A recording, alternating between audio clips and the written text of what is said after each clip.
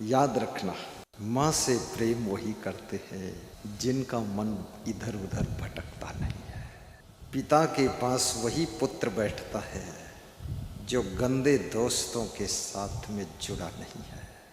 गंदे मन वाले दोस्तों के साथ में जुड़ने वाला पुत्र अपने पिता के साथ बैठने में राजी नहीं होता है, क्योंकि पिता के साथ बैठकर गंदी बातें हो नहीं सकती है।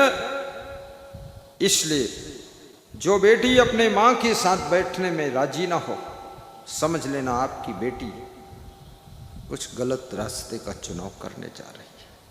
जो बेटी बहुत सहेलियों का झुंड इकट्ठा करती है, 20-20 सहेली, जिधर देखो उधर सहेली, जलबेली अलबेली सहेली, तो माँ के पास ठीक से बोलती नहीं, मीठी बात नहीं करती।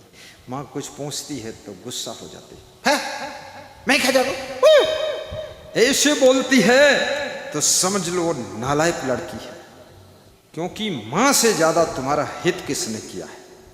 जिसने 9 महीने पेट में रखा और 9 महीने अपना दूध पिलाया और 3 साल तक गाय भैंस का दूध पिलाया और तुम्हारी टट्टी पेशाब ढोई है। अब उनसे तुम क्रोध कर रही हो। बहुत ज्यादा तुम हीरोइन बन गई है, समझ गया मैं।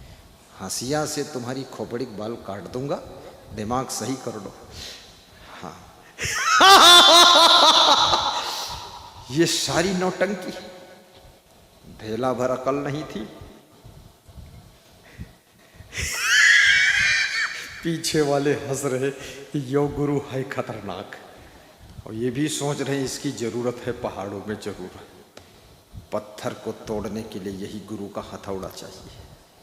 हाँ, ये शटपट गुरु कामों न कर भी है, ये खुदाई पत्थर के नीचे दबे परे सड़ जाए।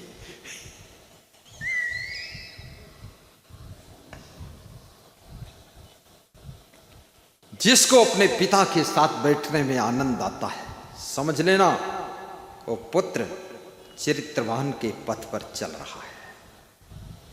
जो पुत्री अपनी मां के साथ बैठने में, हंसने में, प्रेम करने में मगन होती है, वो पुत्री समझ लो अभी ठीक है। जो पति अपने पत्नी से प्रेम से बात करता है, भाव से मिलता जुलता है, उसकी बात को सुनता भी है, उसकी फिक्र करता है, तो समझ लो तुम्हारा पति अभी सही है।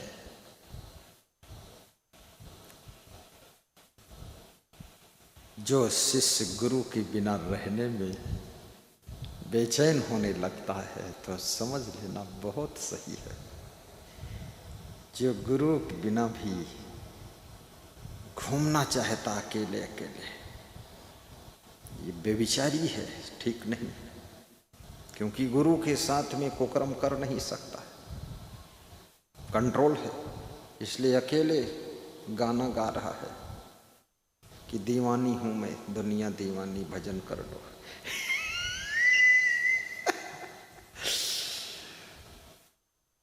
गुरु के साथ अच्छा लगना चाहिए, ये तुम्हारी अच्छाई की पहचान।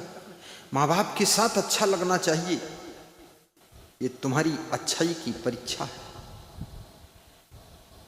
अपने पति के साथ में सुख लगना चाहिए, ये पति व्रत की परीक्षा है। अपनी पत्नी के साथ अच्छा लगना चाहिए। पराई स्त्रियों से खीसे काटते हो, मुस्कुराते हो, धूर्त, ना तुझे रोटी बना कर देती है, न चाय बना कर देती है, न तेरे कपड़े धोती है, न झाड़ू लगाती है, उस गधी के साथ खीसे काटने में बड़ा सुख लगता है। और ये तेरी पत्नी बिना वेतन के 18 घंटे काम करती है, इससे क्रोध करता है। बेवकूफ कहीं का, मूर्ख, आज से क्रोध मत करना, इसी के साथ हंस, दूसरी जगह मत फंस।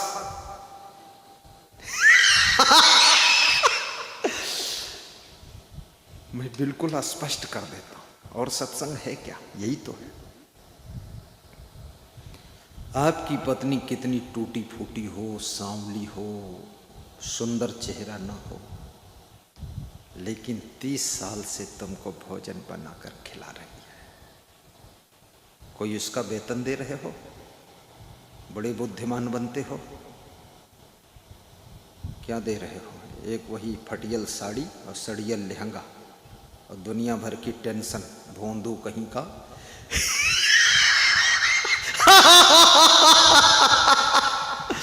क्या दिया? माताएं खुश हैं और कैमरा वाले सोए रहे। यो ना कि कैमरा घुमाई दी तो कम से कम नैनीताल के हंसी तो फोटो खींच लो। तुम चाहे हंसी के तुम्हारा मुंह फट जाए पर वही ना खींची है तुम्हारा फोटो। देख लो, हद बार दिन लोग, हद बहुत लोग मारे हैं, हद कम नहीं मारी थी।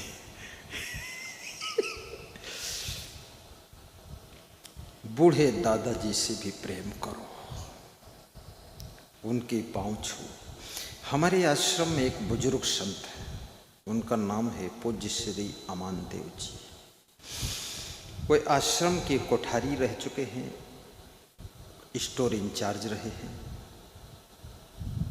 और जितना आश्रम बना है सब नींव उन्होंने अपने हाथ से खोदा है, कुदाल फावड़ा से।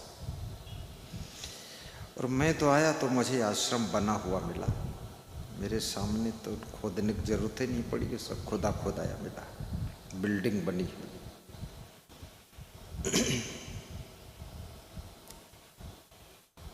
उनका मैं आदर करने के लिए जाता हूँ। हमारे आश्रम में 2 आश्रम हैं, सड़क के उधर पुराना आश्रम, इधर नया आश्रम। तो जब विदा होता हूँ तो उनको मिल के आता हूँ, और जब जाता हूँ तो भी उनको मिलता हूँ। 90 साल की उम्र हो गई है। 90 साल में चेहरा थोड़ी सुंदर होता है, लेकिन उनका जो प्रेम हमको मिला है वो अभी तक बूढ़ा नहीं हुआ है। उनका जो मेरे ऊपर उपकार है अभी तक उसको बुढ़ापा नहीं आया है। उपकार करने वाले बूढ़े हो जाते हैं, लेकिन उनका उपकार कभी बूढ़ा नहीं होता है। उपकार करने वाले मर भी जाते हैं, लेकिन उपकार कभी मरता ही नहीं है।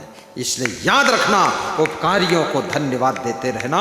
बूढ़े हो, बुजुर्ग हो, कैसे हो, जा करके उनको थोड़ा आदर देना, हाथ जोड़ना, नमस्कार करना। कितने लोग अपने दादा दादी को भूल गए।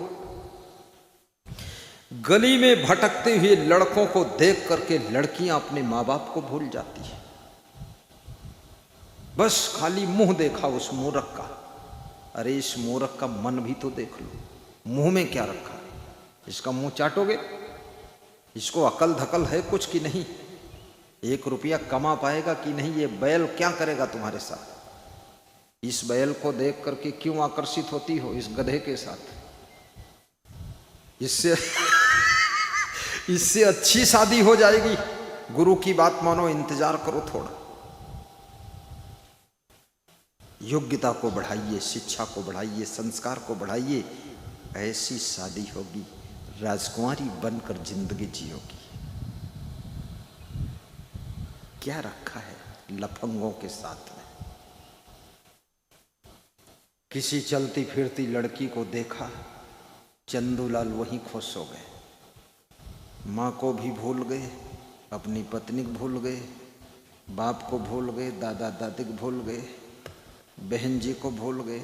बहन ने 3-3 साल गोद खिलाया है, हाथ में लेकर घूमती थी, पप्पू पप्पू पप्पू, रज्जू रज्जू रज्जू, ऐसे गज्जू निकले।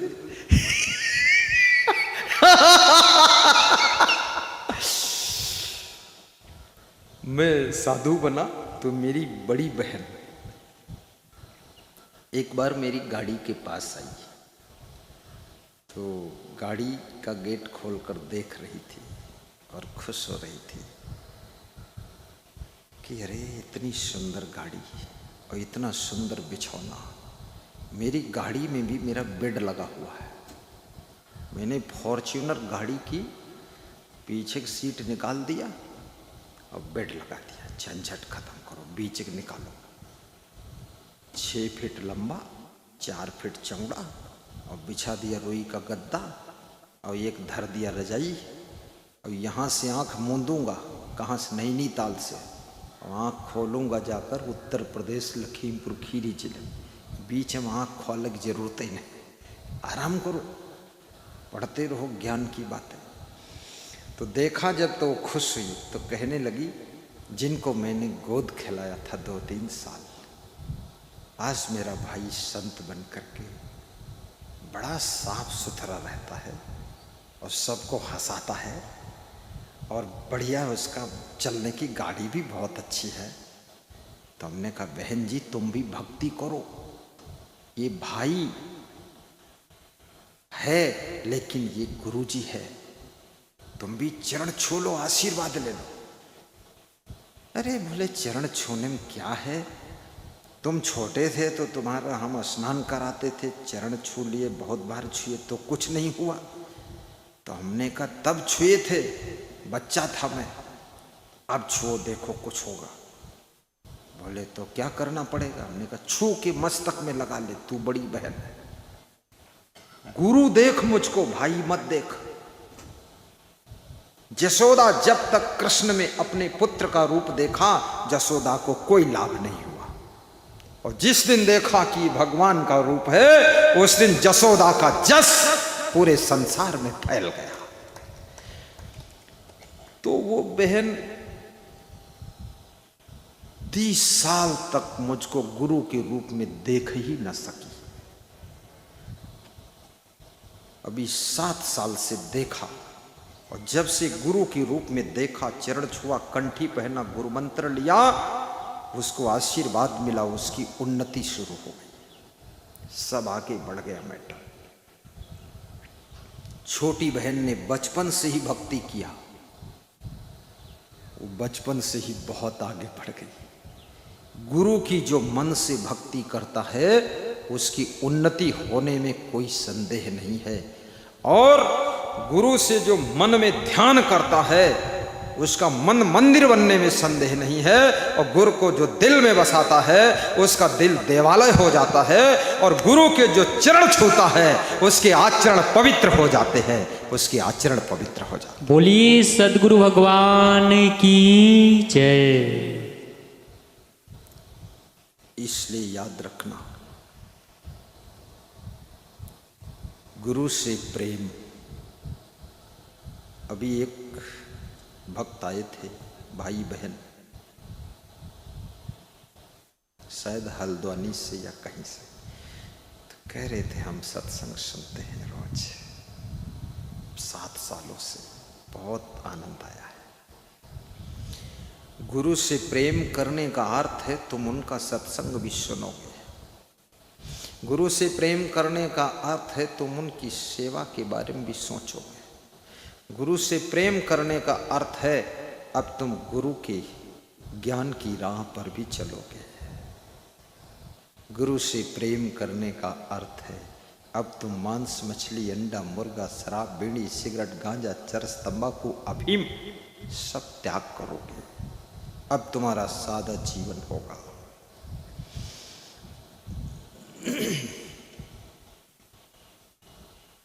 चलना संभल संभल के, कभी भी याद रखना, माँ के उपकार को भूलना नहीं है, पिता के उपकार को भूलना नहीं है, गुरु के उपकार को भूलना नहीं, बहन के उपकार को भी मत भूलना। बहन कितना प्रेम से बचपन में तुमको गोद लेती है, और गुरु तुमको गंदी आदतों में गिरने से बचाता है। गुरु तुमको अपने ज्ञान की गोद में ले लेता है, कहीं तुम फिसल न जाओ, गिर न जाओ। उपकारिणी में उपकार गुरु, दानिनी में गुरु दान, रक्षक में रक्षक गुरु, गुरु सम अन्य नाम। गुरु बहुत बड़ा उपकारी है। गुरु के उपकार को समझना, और भाई के उपकार को भी याद रखना। भाई का स्थान भी बड़ा महत्वपूर्ण स्थान है, और भाई बहन के रिश्ते, पिता पुत्री के रिश्ते, बाप बेटे के रिश्ते, सास बहू के रिश्ते, पति पत्नी के रिश्ते संभाल के रखना। रिश्ते मिलते नहीं है, और मिलते हैं तो संभलते नहीं है, और संभलते नहीं है तो फिर जीवन अधूरा हो जाता है। बुजुर्गों का आदर करना तो कम उम्र में अधिक अनुभव प्राप्त होगा। आयुर्विद्या यशो बलम, आयु विद्या यश और बल बढ़ेगा। वृद्धोपि सेविना चत्वारि प्रवर्धन्ते, ये 4 चीजों की वृद्धि होती है। आयु विद्या यश बढ़ जाता है, ये छोटी मोटी बात नहीं। अपने घर को भी मंदिर जैसा समझना, और कितने ही धनवान बन जाओ लेकिन माँ बाप की सेवा से मन को मत हटाना। और कितने ऊंचे पद पर पहुंच जाओ, प्रधानमंत्री माननीय श्री नरेंद्र मोदी जैसे अपने माँ की पांव भी पखार लेना। सभी नेताओं को अपने माँ के पैर धोकर फोटो खिंचवा कर डालना चाहिए, ताकि दुनिया सीखे कि ये भी कुछ कर रहे हैं, माँ के पांव भी छू। ये अमेरिका नहीं है, ये भारत देश है। इस भारत देश में भारतीय संस्कृति को जीवित रखो। और ये हिंदू संस्कृति के समान कोई संस्कृति नहीं है, बाकी संस्कृति सब विकृति है। हिंदू संस्कृति संस्कार से विभूषित है, और जिसके संस्कार अच्छे होते हैं उसका संसार अच्छा होता है, जिसके संस्कार बिगड़ जाते उसका संसार बिगड़ जाता है, और जिसके संस्कार सुधर जाते उसका संसार सुधर जाता है। और संस्कार सबसे ज्यादा थोक में सत्संग में मिलते हैं, और वही सत्संग हल्दू चौड़ में चल रहा है। संस्कार ले जाइए यहां, और गुरु जी क्या देंगे तुमको? संस्कार ही तो देंगे।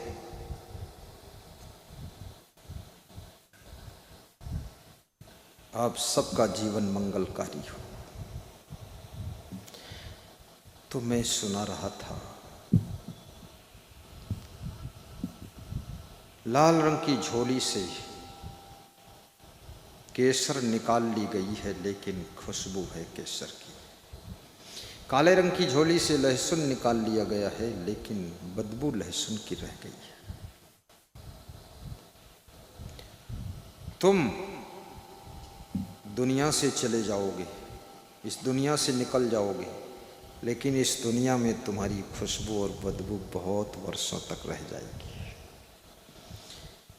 इंसान की खुशबू रहती है, इंसान बदलते रहते हैं, दरबार लगा रहता है, सुल्तान बदलते रहते हैं, दरबार लगा रह जाता है, सुल्तान बदलते रहते हैं, इंसान की खुशबू भी मैं चला जाऊंगा नैनीताल हल्दू चौड़ से, लेकिन यहाँ मेरी चर्चाएं होंगी, यहाँ मेरी बातें होंगी, यहाँ हमारे पूर्व कैबिनेट मंत्री भी चर्चा करेंगे, ऐसा महात्मा था।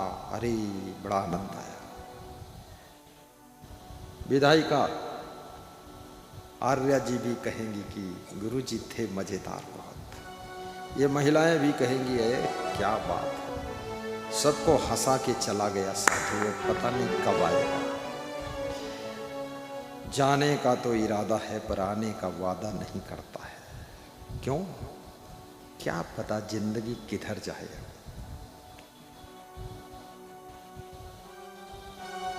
पूरे विश्व में जाना है, दोबारा कब आना होगा। ये पहली मुलाकात ही अंतिम मुलाकात समझिए। न तुम रहोगे दुनिया में, न हम रहेंगे दुनिया में, लेकिन तुम्हारी हमारी यादें रह जाएंगी। इसलिए कुछ मधुर यादें छोड़ कर जाइए, कुछ अपना प्रभाव छोड़ कर जाइए। सुंदर स्वभाव, चमकता हुआ चरित्र, मुस्कुराता हुआ जीवन, आकर्षक व्यवहार और पवित्र कर्म और मृदु वाणी, यही तो सुगंध बनकर फैलती रहती है। और क्या सुगंध है। और इसी को याद करके लोग रोते रहते हैं आपके लिए। मेरे पिताजी इतने अच्छे थे, मेरी माँ जैसी माँ कहाँ होगी, मेरे भाई जैसा कौन भाई होगा।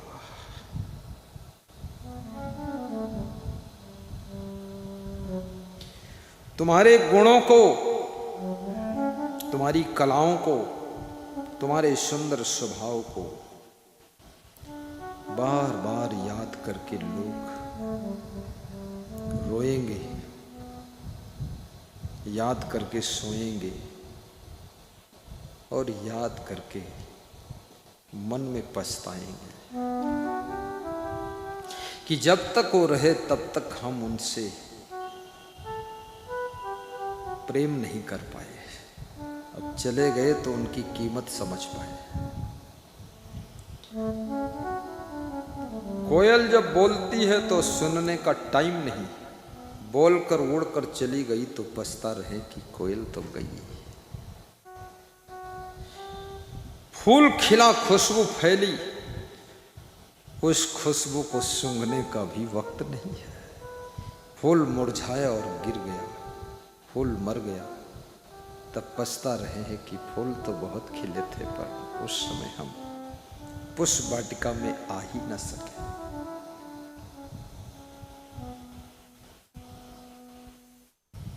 अष्टौ गुणः पुरुषम दीपयति प्रज्ञा च कौल्यम च दमः श्रुतम च दानम यथाशक्ति कृतज्ञता च पराक्रमश्च च बहुभाषिता च। 8 गुण मनुष्य को मरने के बाद भी सुगंधित रखते हैं, सबको आनंदित करते हैं।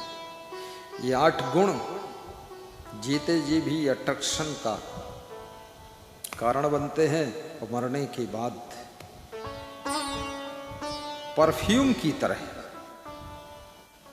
सेंट की तरह फैलते हैं। कौन? प्रज्ञा, यानी विशेष बुद्धिमत्ता। केवल बुद्धिमान को कोई नहीं याद करता है, विशेष बुद्धिमान होना चाहिए। विशेष बुद्धिमान, जहां सबकी बुद्धि का अंत हो जाए वहां पर तुम्हारी बुद्धि प्रारंभ हो जाए, ऐसी बुद्धि होना चाहिए। रिद्धि सिद्धि बुद्धि समृद्धि और कौल्यम, जिसमें कुलीनता हो, जिसके कुल विचार, कुल कर्म, कुल चरित्र सुंदर हो, वही कुलीनता है। जिसके बाप दादे दादा के दादा के दादा परदादा, ओ दादा ऊपर दादा, ये सभी धार्मिक है, संस्कारी है, ऐसे घर में जिसका जन्म हो गया उसको क्रेडिट मिलती है। प्रज्ञा च कौल्यम च दमः श्रुतम च, और जिसकी इंद्रियां वश में है। ये छोटी छोटी इंद्रियां बड़ी खतरनाक है, इनको वश में करना कोई खेल भी नहीं है। और जिसने इंद्रियों को वश में कर लिया वो इंद्र से भी अधिक पूजनीय हो जाता है। इंद्र भी उसके सामने हाथ जोड़कर खड़ा होता है। इंद्रियों को जीत लो तो इंद्र भी मस्तक झुकाने के लिए इंतजार कर रहा है, और इंद्रियों से हार गए तो याद रखना इंद्र भी तुम्हारी पीठ पर गदा मारने के लिए तैयार है। मूर्ख, ये अपनी इंद्रियां वश में नहीं रखता है। वश्येन्द्रियम जितात्मानम धृत दंडम विकारसु पारिच कारणम धीरम अत्यंतम श्री निर्सेवते।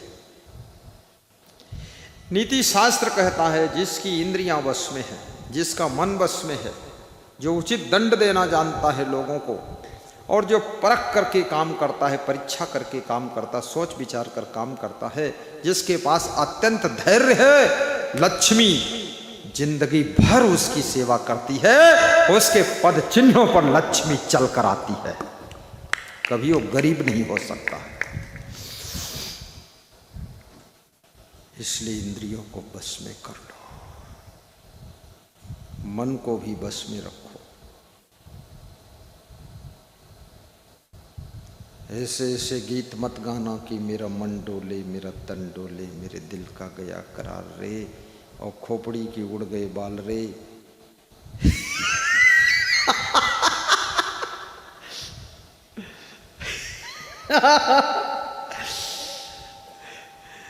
मेरा मन डोले, तेरा तन डोले, तेरी भैंस डोले, तेरा ट्रैक्टर डोले।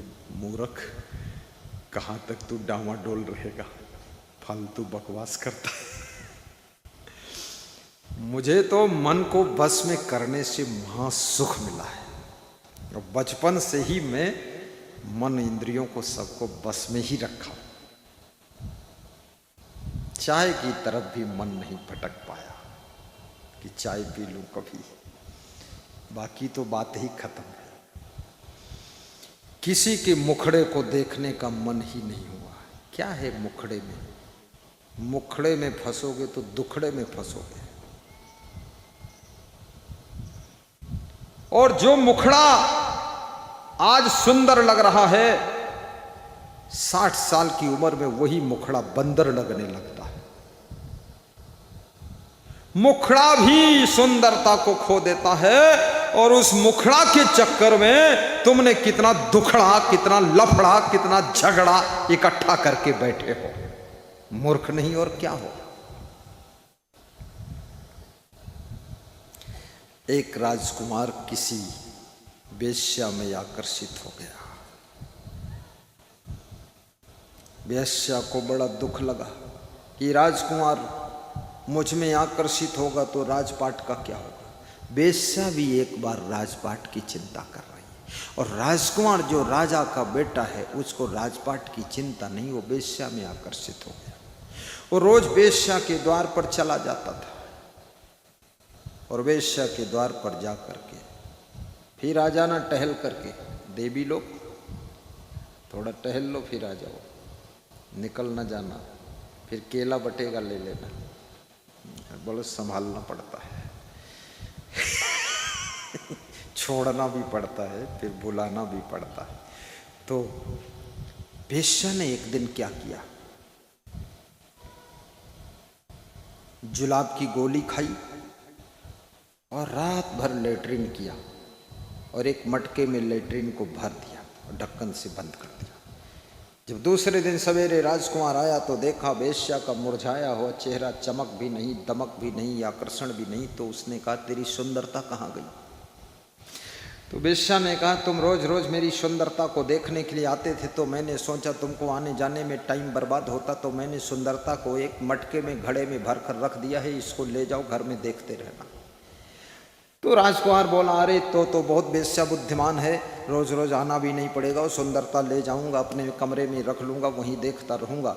तो मटके पास जब गया राजकुमार, ढक्कन खोला तो उसमें टट्टी की बदबू भरी थी। बोले यही सुंदरता? बस बोले इतना ही मटेरियल शरीर से बाहर निकला है, वो सुंदरता निकल गई, इसको ले जाओ सूंघो जाकर।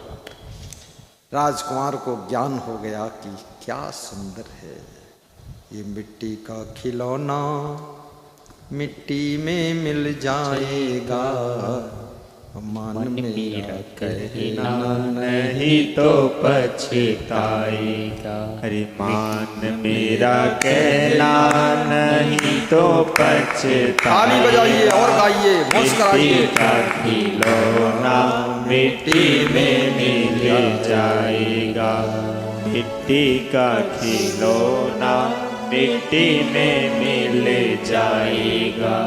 बेटा बेटा क्या करता है, बेटा बेटा क्या करता है। बेटा तेरा एक दिन पड़ोसी बन जाएगा, मिट्टी का खिलौना मिट्टी में मिल जाएगा। बेटा तेरा एक दिन पड़ोसी बन जाएगा, मिट्टी का खिलौना मिट्टी में मिल जाएगा। अरे मान मेरा कहना नहीं तो पछताएगा, मिट्टी का खिलौना मिट्टी में मिल जाएगा। बेटी बेटी क्या करता है, बेटी बेटी क्या करता है। बेटी तेरी एक दिन जमाई ले जाएगा, मिट्टी का खिलौना मिट्टी में मिल जाएगा। बेटी तेरी एक दिन जमाई ले जाएगा, मिट्टी का खिलौना मिट्टी में मिल जाएगा।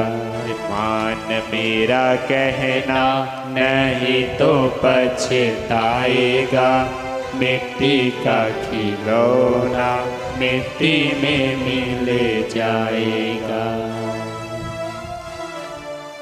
बोलिए सदगुरु भगवान की जय। साहिब बंदगी, साहिब बंदगी, जय श्री राम, जय श्री राम, जय हनुमान। जय हनुमान। ये मिट्टी का खिलौना है, इस शरीर के खिलौने के अंदर छुपे हुए उस परम तत्व को पहचानो, जिसको जानने के बाद संसार में कुछ भी जानना शेष नहीं रह जाता है। आत्मन्यो च संतुष्टा तस्य कार्यम न विद्यते, स्यादात्म तृप्तश्च मानवः यस्तात्म रतिरेव। जो अपनी आत्मा से प्रेम करता है फिर दुनिया में कहीं प्रेम करना बाकी नहीं रह जाता है। जो स्वयं की आत्मा से आत्मा में तृप्त है, उसको तृप्त होने के लिए दुनिया में कहीं कुछ ढूंढने की जरूरत नहीं रहती है। और जो स्यादात्म तृप्तस्य मानवः आत्मन्यो च संतुष्टा तस्य कार्यम न विद्यते। जो अपने आप में संतुष्ट है उसके लिए संसार में कुछ भी करना शेष नहीं है, सब हो चुका है।